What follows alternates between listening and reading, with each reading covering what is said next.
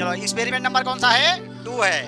आपका एम क्या है, माने क्या आप फाइंड आउट कर रहे हो? क्या आपने कहा है to study the reaction between copper sulphate solution and, यानी कॉपर सल्फेट का सॉल्यूशन होगा और उसमें हम आयरन नेल को डालेंगे और दोनों के बीच में जो रिएक्शन होगा हम देखेंगे कलर क्या किसमें चेंजिंग होती है। अब इसमें आ जाएंगे क्या क्या मटेरियल आपको चाहिए। मटेरियल रिक्वायर, आपको आयरन नेल चाहिए, माने आपका लोहे की एक कील होगी, ये आपका रहा आयरन नेल। फिर हम अगला आ जाएंगे कॉपर सल्फेट सॉल्यूशन चाहिए, तो कॉपर सल्फेट सॉल्यूशन आपका ये है, इस पर अगर देखोगे तो इस पर कॉपर सल्फेट सॉल्यूशन लिखा हुआ है, ठीक है। फिर आगे आएंगे, कह रहे हैं एक टेस्ट ट्यूब चाहिए। टेस्ट ट्यूब आपको यहाँ से मिल जाएगी, जिसको आप हिंदी में कहते हो परख नली, टेस्ट ट्यूब यही है।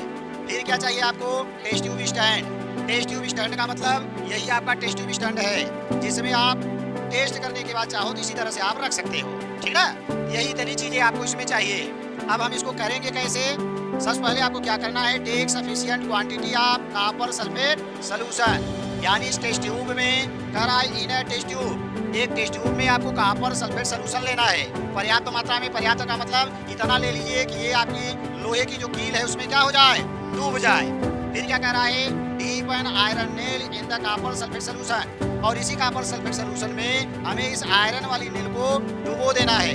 फिर कह रहा है keep the test tube undisturbed for about 25 to 30 minute, यानी इस टेस्ट ट्यूब को कॉपर सल्फेट सॉल्यूशन लेने के बाद उसमें इस कील को इसे डाल दोगे और डालने के बाद इसको 25 से 30 मिनट आप कहीं रख दोगे स्टैंड में, उसको हिलाना नहीं है।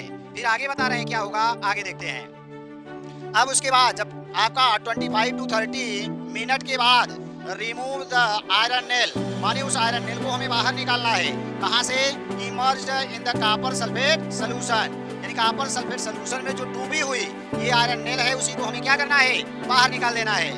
एंड ऑब्जर्व द चेंजेस, निकालने के बाद हम उसमें देखेंगे कौन कौन से परिवर्तन उसमें हुए हैं। ये आपका टेस्ट ट्यूब में रखा हुआ क्या है, ब्लू कॉपर सल्फेट सॉल्यूशन, और इसी में आपने क्या किया, ये आयरन नेल को डाल दिया। जब आप 25 से 30 मिनट इसी में डाल के छोड़ देंगे तो आपका जो कॉपर सल्फेट सॉल्यूशन होगा उसका जो कलर है ग्रीन आयरन सल्फेट सॉल्यूशन बन जाएगा। और उसके साथ साथ कॉपर मेटल ऑन आयरन, जो कॉपर मेटल है वह किसके ऊपर, आयरन के ऊपर जाकर के चिपक जाएगा, डिपॉजिट हो जाएगा। यहाँ आपका दिया है रिएक्शन, ये है आयरन Fe प्लस बना CuSO4, जिसको आपने कहा कॉपर सल्फेट सॉल्यूशन, और ये तीर का निशान बता रहा है कि ये दोनों जब रिएक्शन करेंगे तो उसके बाद क्या बनेगा, तो एक बन जाएगा क्या, FeSO4, जिसको कहा गया फेरस सल्फेट, और दूसरा क्या बना, कॉपर। कॉपर आपका इसी नेल के ऊपर आकर के जम जाएगा और बाकी जो सॉल्यूशन बचेगा वही आपका आयरन सल्फेट सॉल्यूशन हो जाएगा, और यही आपका है आयरन सल्फेट सॉल्यूशन। और आयरन सल्फेट सॉल्यूशन का जो कलर होता है कैसा है, ग्रीन, और जो कॉपर सल्फेट सॉल्यूशन का कलर था वो कैसा था, ब्लू, ठीक है। तो आइए अब हम रिएक्शन करवा करके प्रयोग करके इसको हम देखते हैं, ठीक है। ये देख मल्टी जैसा है, हाँ, ये नजदीक लेके आओ, नजदीक लेके आओ, जूम करके देखो, इसमें कुछ रिएक्शन बुलबुला कुछ दिखाई दे रहा है। नेल के पास जाना, नेल के पास, कीला के पास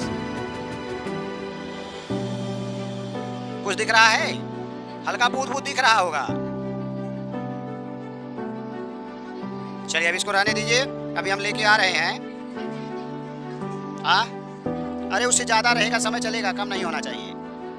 जितना देर तक रखोगे उतना ज्यादा डिपॉजिट करेगा, लेकिन चूंकि इसमें कॉपर की मात्रा कम है, हाँ, तो रिएक्शन तेजी से हो रहा है। ये वाले का कलर देखो बदल गया है ना, दिख रहा है, देखो इसमें जो अब धीरे धीरे हो रहा है ना, निकाला जाए, कभी और रख दिया जाए, निकाला जाए, चलिए इसको निकाला जा रहा है, भले नजदीक लेके आओ,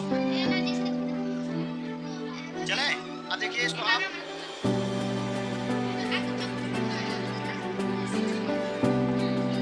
दिखाओ दिखाओ दिखाओ, इधर दिखाओ, इधर नजदीक से दिखाओ, इसका कलर ऐसे था।